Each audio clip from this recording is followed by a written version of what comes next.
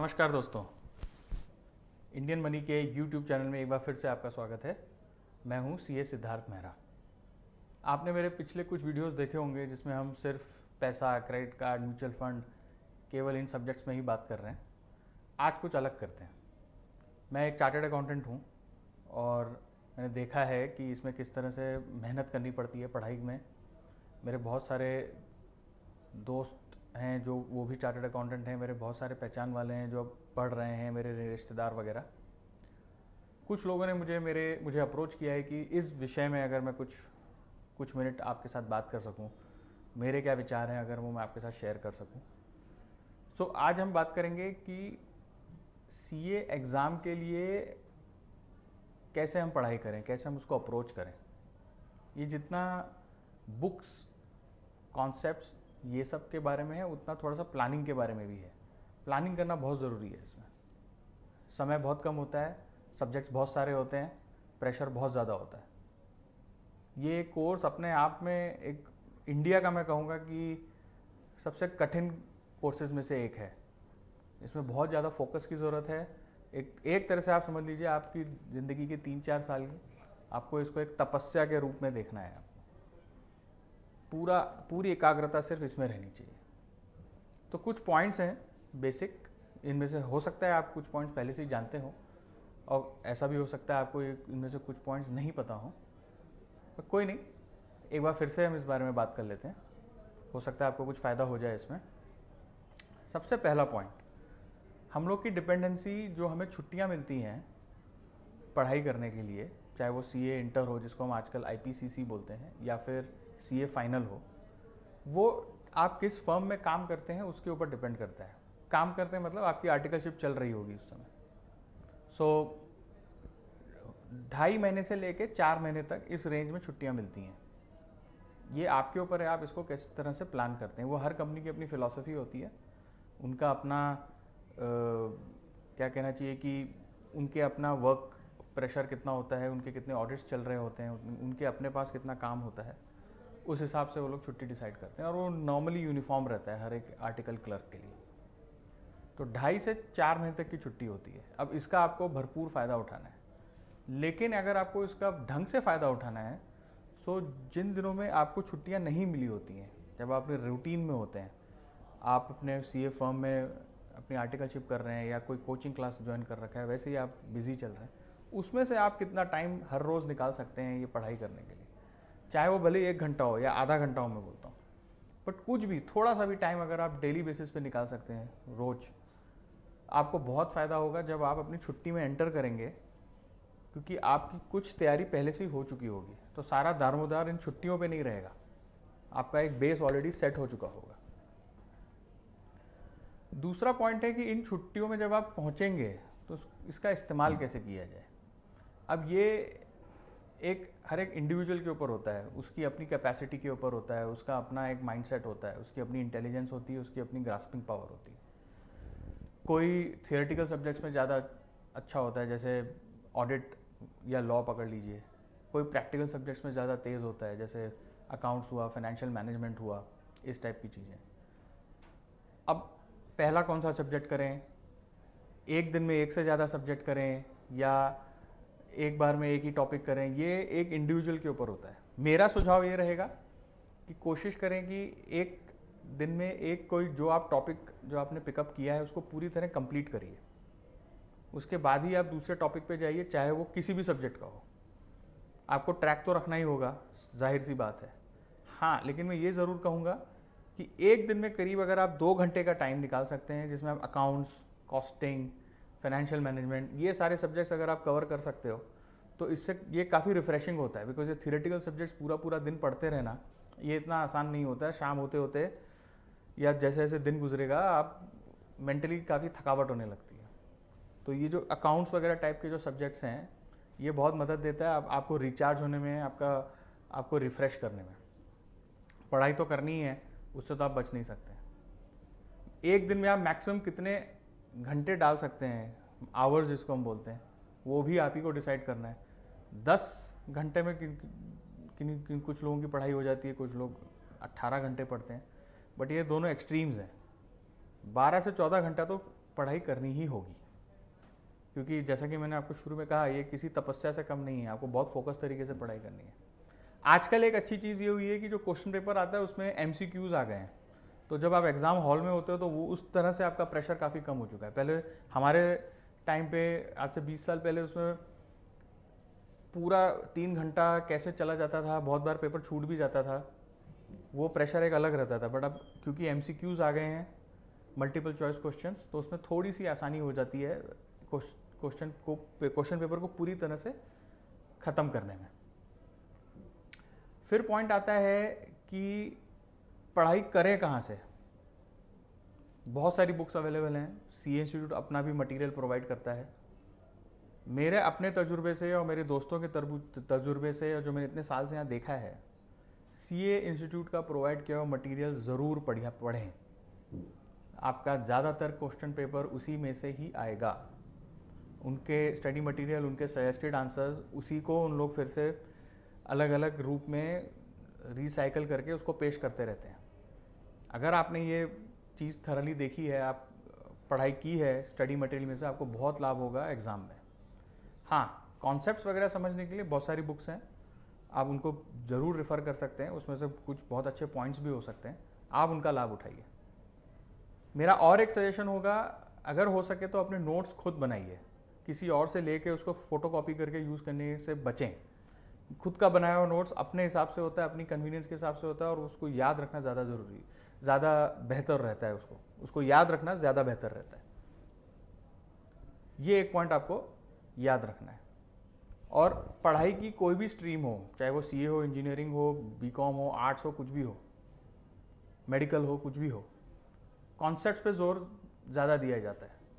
सिर्फ रट्टा मार के काम नहीं चलेगा। उससे आप मेमोराइज़ कर सकते हो, लेकिन अगर आपको कॉन्सेप्ट समझ में नहीं आता है तो फिर एग्ज़ाम में आंसर देने में आपको बहुत दिक्कत आएगी, और रटा हुआ भी आप भूल जाओगे, इतने टेंशन में आप आ जाओगे। कॉन्सेप्ट्स को पकड़ना, उसको समझना बहुत ज़्यादा ज़रूरी है। प्रैक्टिकल सिचुएशन में बहुत कुछ मेमोराइज़ करना पड़ता है, बहुत कुछ याद रखना पड़ता है, इसलिए वो बार बार पढ़ना पड़ता है। जैसे कि लॉ हुआ, इनडायरेक्ट टैक्स हुआ, डायरेक्ट टैक्स हुआ, इसमें सेक्शंस हमें याद रखने पड़ते हैं। कहीं कोई टेबल होती है, वो हमें याद रखना पड़ता है। उसमें कॉन्सेप्ट की ज़रूरत नहीं होती है, बट हमको याद रखना ज़रूरी है, बिकॉज एग्जाम में क्या पूछ लिया जाएगा हमें नहीं पता। तो उस हिसाब से आपको थोड़ा सा मेमोरी पे ध्यान देना होगा। इसको याद रखने के लिए आप अपने इनोवेटिव तरीके निकाल सकते हो। मैंने अपने एक दोस्त को देखा है, उसने पोस्टेट्स बना के रखे थे, और उसने जगह जगह चिपका के रखे थे अपने कमरे में। हर आते जाते, नहाने के बाद, कपड़े पहनते हुए, या कोई और काम करते हुए, वो एक बार उसको ज़रा देख लेता था, तो वो उस जोन में रहता था हमेशा। उससे उसको एग्ज़ाम में काफ़ी लाभ हुआ। अगला सबसे ज़रूरी पॉइंट है वो ये कि क्या दोनों ग्रुप हमें एक साथ देने चाहिए, क्या एक एक करके हमें ग्रुप्स देना चाहिए। ये भी एक इंडिविजुअल फैसला होता है। ये डिसाइड करते समय आपको पीयर प्रेशर में बिल्कुल नहीं आना है, अरे मेरा दोस्त, उसने दोनों ग्रुप एक साथ दे दिए, वो पहले पास हो जाएगा, मैं पीछे रह जाऊँगा। कोई बात नहीं, CA पास होना ज़रूरी है। पहले ही अपने ऊपर ये दबाव मत डालिए कि मेरे को फर्स्ट अटेम्प्ट में निकलना है। वो कॉन्फिडेंस आपके अंदर होना चाहिए, वो टारगेट आपका होना चाहिए, बट उसको आप इस तरह से अपने ऊपर हावी मत होने दीजिए कि आपका पढ़ाई में मन ही ना लगे, और आप उस टेंशन में इतने ज़्यादा आ जाएं कि फिर एग्ज़ाम में सब गड़बड़ हो जाए। आपको एक बहुत प्रैक्टिकल अप्रोच लेनी है। अगर आप एक बार में एक ग्रुप देंगे, अगर आप 2 अटेम्प्ट में पास हो रहे हैं, तो कोई ऐसे गलत बात नहीं हो रही, फिर भी आप CA जल्दी ही बन रहे हैं। लेकिन आपको ज़रा भी अगर डाउट है, कॉन्फिडेंट होना एक अलग चीज़ होती है, लेकिन ओवर कॉन्फिडेंट नहीं होना है आपको ये डिसीजन बहुत जल्दी ले लेना है कि एक बार में एक ही ग्रुप दूंगा या दूंगी, या दोनों ग्रुप एक साथ देना है। एक बार जो डिसाइड कर लिया, फिर उसी हिसाब से आपको प्रिपेयर करना है, उसी हिसाब से आपको डबल मेहनत करनी है। मैं फिर बोलूँगा, इसमें कोई दिक्कत नहीं है कि अगर आप एक से ज़्यादा अटैम्प्ट में पास होते हैं, बहुत साल नहीं लग जाने चाहिए, कई सारे अटैम्प्ट नहीं लग जाने चाहिए, लेकिन एक एक करके अगर आप ग्रुप देते हैं और अगर आप उसमें आराम से पास हो जाते हैं, उसमें क्या खराबी है। आप अगर CA रिजल्ट्स देखेंगे हर साल, हर 6 महीने में जो आउट होते हैं, ग्रुप 1, ग्रुप 2, इस तरह के रिजल्ट्स कितने सारे आते हैं, तो उसमें कोई दिक्कत नहीं है। अब पढ़ाई की बात तो हो गई, फिर आपको ये ध्यान रखना है कि कितना पढ़ेंगे और कब तक पढ़ते रहेंगे। हम भी इंसान हैं, एक मन होता है, पढ़ते पढ़ते बोरियत हो जाती है, बहुत ज़्यादा बॉक डाउन हो जाते हैं, प्रेशराइज्ड फील करते हैं। लेकिन फोकस तो पढ़ाई पे रहना है, सारी एकाग्रता पढ़ाई पे रहनी है। इन बिटवीन आपको ज़रूर कुछ तो एंटरटेनमेंट, मनोरंजन, इस विषय पे ध्यान थोड़ा सा दे सकते हैं आप। लेकिन सबसे ज़रूरी बात, आप टाइम पास करने के लिए, एंटरटेन होने के लिए डिनर पे जाइए, कोई पिक्चर देखने चले जाइए, और हर रोज़ नहीं करना है, 15-20 दिन में एक बार करना है। लेकिन इस टेम्पटेशन से आपको बचना है कि मैं थोड़ी देर टीवी देख लूँ, थोड़ी देर अपना फ़ोन देख लूँ, अपना टैबलेट देख लूँ, लैपटॉप देख लूँ। आपको पता भी नहीं चलेगा वो थोड़ी देर 5-10 मिनट जो आपने सोच के ये गैजेट हाथ में उठाया रहेगा या टीवी के सामने बैठे होंगे, वो 5-10 मिनट कब 1-1.5-2 घंटा हो जाएगा आपको पता भी नहीं चलेगा, और आपका पढ़ाई के शेड्यूल का बहुत बड़ा टाइम वेस्ट हो चुका होगा। तो ये फोकस रखना बहुत ज़रूरी है, टाइम पास बहुत ज़रूरी है। उससे अच्छा मैं तो बोलूँगा 10-15 मिनट के लिए सो जाइए, एक पावर नैप ले लीजिए, थोड़ी सी नींद ले लीजिए, उससे फ्रेशनेस आ जाएगी आपको। मेरा अपना पर्सनल अनुभव ये भी है कि बहुत सारे लोग होते हैं जो दिन भर सोते हैं और रात भर पढ़ाई करते हैं। मेरा सुझाव ये रहेगा कि नेचर को फॉलो करिए, दिन भर जगिए, डट के पढ़ाई करिए, और रात को जो सोने का टाइम होता है उसको सोने के लिए ही रखिए। कोई डिस्टर्बेंस नहीं होता है, वो डिस्टर्बेंस हमारे दिमाग में होता है। अगर आपने ठान लिया है पढ़ना है, घर में कोई ना कोई ऐसा कोना आपको ज़रूर मिल जाएगा, या लाइब्रेरी, कॉलेज की लाइब्रेरी, या आपके मोहल्ले में कोई और लाइब्रेरी होगी जहाँ जाके आप आराम से पढ़ाई कर सकते हो दिन के टाइम। रात का टाइम सोने का होता है, उसको सोने के लिए रखिए। आइए, अगर आप बाहर लाइब्रेरी में गए हैं, टाइम से घर आइए, खाना खाइए, थोड़ा सा रिलैक्स करिए 10-15 मिनट। आपने दिन भर में क्या पढ़ा है, आपका जो भी शेड्यूल होगा, थोड़ी सी और पढ़ाई करिए, सो जाइए। 6-7 घंटे की नींद हमें ज़रूर लीजिए। ऐसा मत करिएगा कि मैं सिर्फ 4 ही घंटा सोऊंगा, 5 ही घंटा सोऊंगा, उससे कुछ नहीं होता है। जब आप उठेंगे सो के सुबह आधी नींद में, पूरा दिन आप थकावट फील करेंगे।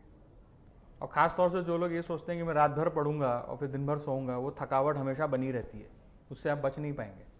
इसलिए नेचर को फॉलो करना बहुत ज़रूरी है। अंत में मैं ये बोलूँगा कि जो भी छुट्टियाँ आपको मिली हैं, अपने कोर्स को कम से कम 2 बार कवर करने की कोशिश करिए, और लास्ट के 2-3 हफ्ते केवल रिवीजन के लिए ही रखना है आपको। इससे आपको फ़ायदा ये होगा कि जब आप एग्ज़ाम हॉल में एंटर हो रहे होंगे, बहुत सारे टॉपिक्स आपने ऑलरेडी कवर कर चुके होंगे, बहुत सारी चीज़ें जहाँ थोड़ा बहुत ज़रूरी है, जैसे मैंने बोला मेमोराइज़ करना, वो हो चुका होगा। एकदम प्रेशर फ्री होके निश्चिंत दिमाग से आपको एग्जामिनेशन हॉल में जाना है। उसमें आपको फ़ायदा ये होगा, आपका फोकस अच्छा रहेगा, आपका प्रेजेंस ऑफ माइंड ज़्यादा अच्छे से काम करेगा। कोई भी क्वेश्चन अचानक से आ सकता है। अगर आपने पढ़ाई ढंग से की है, सब कुछ ढंग से रिवाइज़ किया हुआ है, आपको अपने आप चीज़ें याद आना शुरू हो जाएंगी। प्रेशर में बिल्कुल नहीं आना है। और जो सवाल आपको लगते हैं कि आप आसानी से आंसर कर सकते हैं, उनको पहले आंसर करिए। ऑर्डर फॉलो करना ज़रूरी नहीं है। जहाँ पे आप कंफर्टेबल हैं, पहले आप उसको आंसर करिए।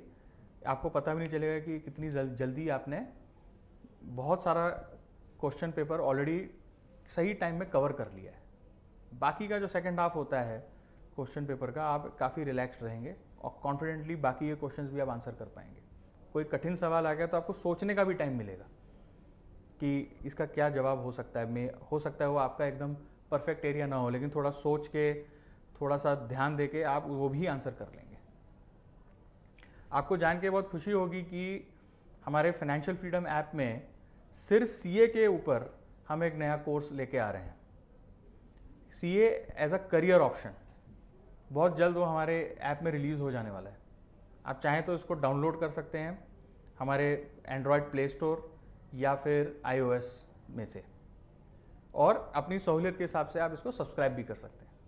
स्क्रीन पे लिखे मेरे कोड को आप अगर यूज़ करेंगे एस मेहरा, तो आपको 2,000 रुपये तक की स्पेशल स्कॉलरशिप भी मिलेगी। यानी कि 2,000 रुपये तक आपका जो सब्सक्रिप्शन फ़ी है उसमें छूट भी मिल सकती है आपको।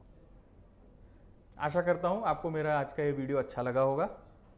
अगली बार मैं और वीडियोज़ ऐसे लेके आऊँगा। अगर आपको मेरा वीडियो पसंद आया है तो इसको प्लीज़ लाइक करें, शेयर करिए। बहुत जल्द आपसे दोबारा मिलूँगा। बहुत बहुत धन्यवाद।